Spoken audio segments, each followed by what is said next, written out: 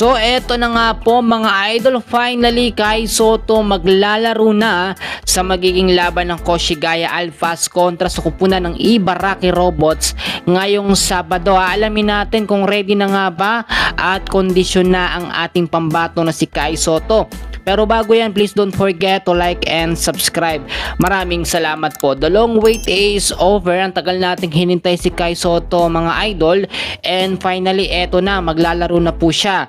Kahit hindi nakapaglaro si Kai Sotto nitong mga nakaraang mga buwan, kahit sa Gilas, Pilipinas, ay tuloy-tuloy po ang pag-iensayo at kanyang mga training na ginagawa. Humaba na nga ang buhok ni Kai Sotto at nakita nyo naman, eto na yung pagkakataon na muli pong magpakitang gilas ang ating pambato na si Kai Sotto. Sa recent update po sa ating pambato, eto ay kasama na sa starting lineup ng Koshigaya Alphas para sa magiging laban nila kontra sa Ibaraki Robots. So debut game ito ng ating pambato sa sobrang tagal niyang hindi nakapaglaro. Ngayon, maraming nagsasabi na si Kai Sotto daw po ay hindi pa ready o hindi pa kondisyon, kinakailangan pa daw magpahinga.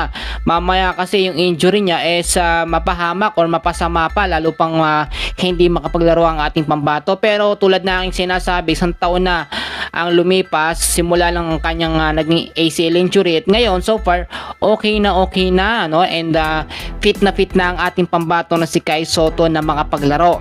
Sa ilang mga update nakita naman natin ang before and after na condition po ng ating pambato na si Kai. Kayang-kaya na nga pong sumalaksak at lumaknak ng ating pambato na si Kai Sotto. At eto pa, may nagsasabi dahil nga si Kai Sotto po ay nagpalaki ng pangangatawan niya, ang sinasabi ng mga bashers ni Kai, baka daw po lalong bumagal at hindi makasabay kasi nga bibigat kasi magkakaroon ng mga muscle.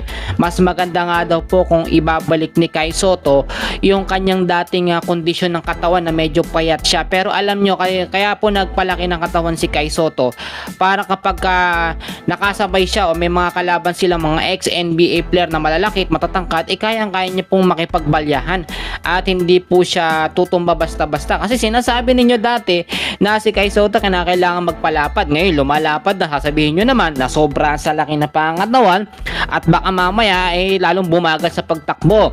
Alam nyo, kahit nagpapalaki po ng katawan si Kai Sotto ang ating pambato, may mga training pa rin niya na ginagawa, ehersisyo. So yung muscle niyan, yung bilis ni Kai Sotto, nag-a-adjust yan depende sa laki ng kanyang pangatawan. Kasi ang nakikita nyo lang kasama niya yung kanyang jowa, pero behind that nakikita naman natin, no, hindi binibigay ni Kai Sotto lahat ng update sa kanyang ensayo at pagpapractice. Pero ito ang sigurado, kaabang-abang at aabangan ang ating pambato na si Kai Sotto sa kanyang muling paglalaro. Yan muna ang update natin sa ngayon. Maraming salamat po mga idol.